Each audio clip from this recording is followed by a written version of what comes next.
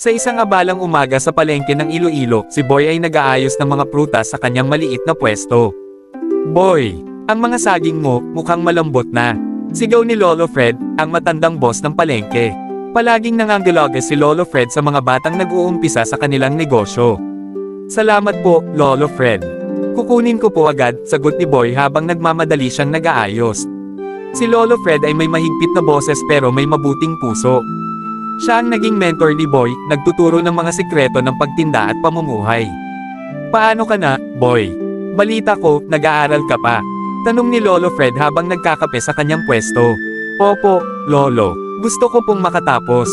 Kaya kahit sa palengke, nagtitinda ako para sa tuition," sagot ni Boy, puno ng determinasyon. Ngunit may isang lihim na bumabalot sa palengke. Isang gabi, habang nagbibilang ng kita, napansin ni Boy ang isang misteryosong anino. "Sino kaya yon?" tanong niya sa sarili. Lumapit siya kay Lolo Fred. "Lolo, may tao sa likuran ng pwesto natin. Baka nagmamasid lang. Mag-ingat ka," sagot ni Lolo, puno ng pag-aalala.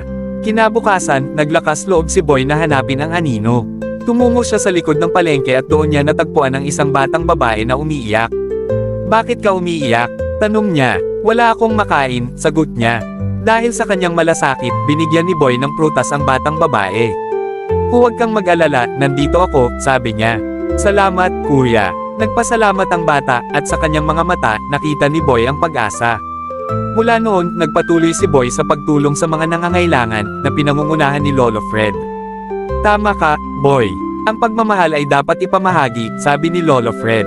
Sa kabila ng mga hamon, natutunan ni Boy na ang tunay na kayamanan ay hindi sa pera kundi sa pagmamahal at malasakit sa kapwa.